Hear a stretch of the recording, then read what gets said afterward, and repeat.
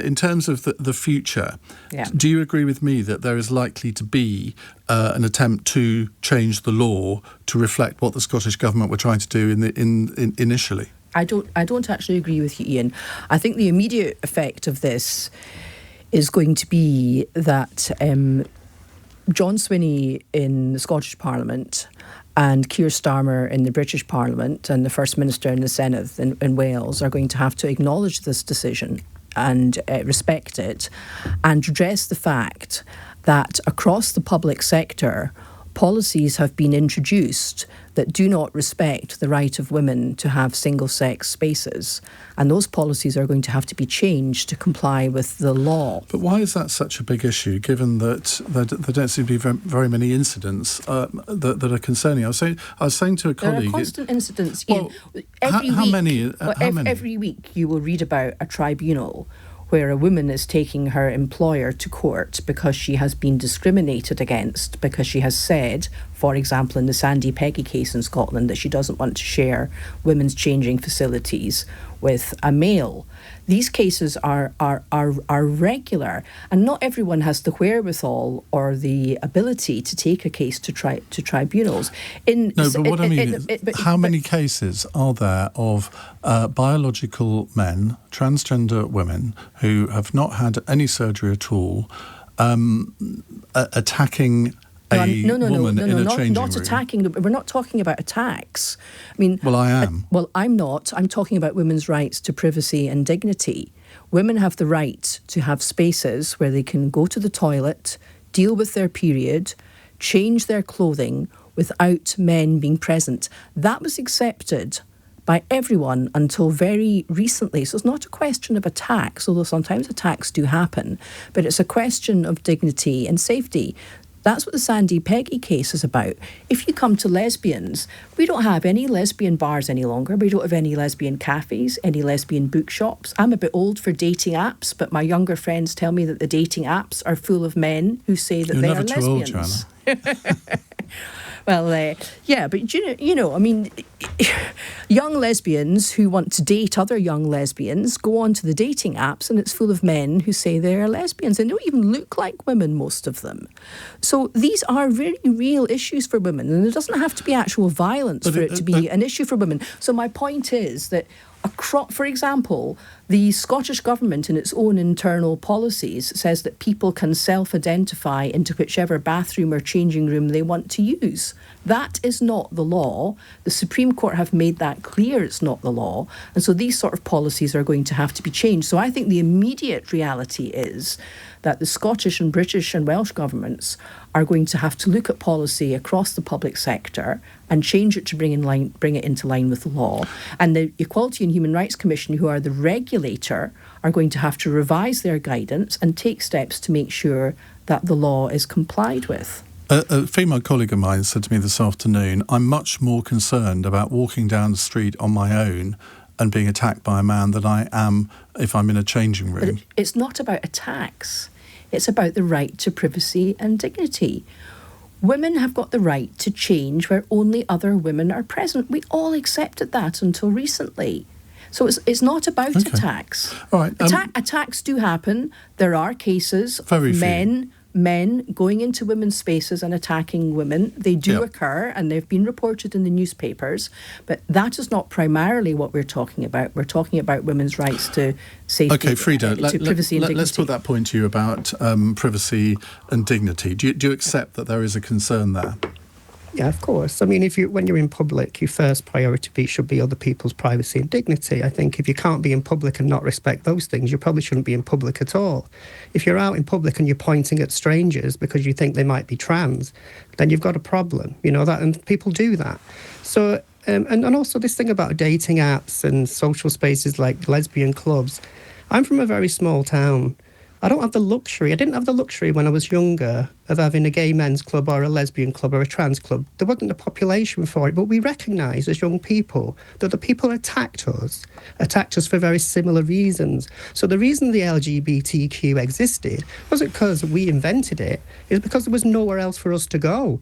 When we saw that pride flag on a building, it meant you will be safe here. You won't get beaten up by football fans. If you see a pride flag on a train, it may seem tokenistic, but it's like saying to somebody, we have your back if something goes wrong. Because for the longest time, I had to know when match days were in my town, so I didn't have to get on public transport during those times.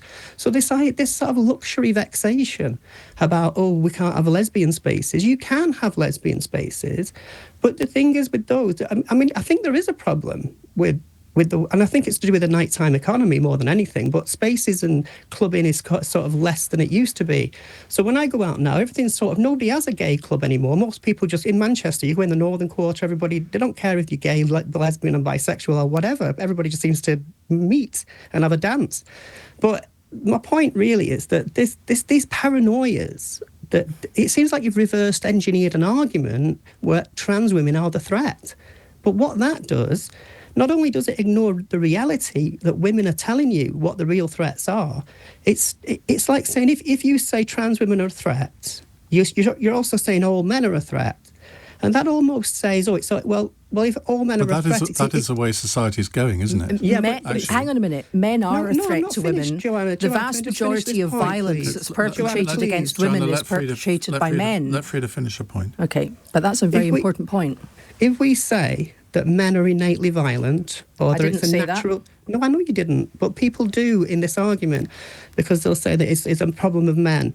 It's almost... We need to educate boys out of misogyny, and we need to listen to what women are saying about their experiences in the world. And what the gender-critical argument does is it talks over women. I don't want to be talking about trans issues all the time. I want to be talking about misogyny, because that is the force that affects me and women. I think we've actually found 2 points of agreement there, because I think you were nodding at what Freda said about misogyny, Joanna, and also she agreed with you about privacy. Can I just add one thing? Yeah, go on. Well, Julie Bindel was on Piers Morgan the other night, and she came face to face with proper MAGA misogyny. And normally I would not support Julie Bindel, but when I heard what that man said to her, I would fully support Julie Bindel. He was calling her the most misogynistic that's another point of agreement, because I would fully support Julie Bindel as well. So we agree that the problem is misogyny. The problem is misogyny. Of course I agree that the problem is misogyny. Misogyny is directed against... But it's not coming from trans women, Joanna. Misogyny is directed against women from men, and trans women are men. Yeah, but you've just... Trans women are men. Trans women are men who wish to identify as women, and you'll notice that I always use the pronouns that people wish to be used, so I've called you she, but I don't believe you're a woman, Freda. I believe you're a man who wishes to identify as a woman, and out of courtesy I will call you she. But the point about misogyny is directed against women by men. Facts and statistics show that the vast majority of violence against women come from men. Women are worried about having men in the spaces where they go to the toilet or to change their clothing, because they are concerned about their dignity and their privacy, and they also know that a man is far more likely to attack them than a woman. That's not prejudice. That is statistical fact. Yes. And if you want to talk about misogyny, let's talk about patriarchy. Patriarchy is a construct that affects all of us, but it affects women most. And that's why women are entitled to have sex-based protections. And what the Supreme Court has done today is to clarify that the protected characteristic of sex under the Equality Act refers to man, woman, based on biological sex. That doesn't take away trans rights, because trans people are protected under the protected characteristic of gender reassignment. And I actually think it's grossly irresponsible to whip up a moral panic saying that today's judgment rolls back trans rights, when the Supreme Court have gone out of their way to explain why that is not the case. Just before we go to the news, Gareth says, which is a point I haven't actually thought about, but Joanna, you'll both have a view on this. Joanna's point about private spaces: what if women don't want to get changed in the same place as lesbian women? Because this is an old shibboleth. Because you can also say evidence for gay men as well. There's no evidence that lesbian women commonly attack other women. There's plenty of evidence that men commonly attack women. That is the sad reality of our society. And I would say also that gay men are more likely to attack straight men than lesbian women are likely to, I use this word attack it advisedly, but women's behaviour is different from men's. And this idea that lesbians ape male behaviour is extremely lesbophobic. And there's a point I really want to make, because it's a really important point. Lesbians have suffered structural discrimination in our society for many years. When I came out in the 80s, you could lose your job for being a lesbian. Lesbians lost their rights to parent their children when they got divorced from their husbands. Lesbians have faced prejudice and discrimination arising from both our sexual orientation and our sex.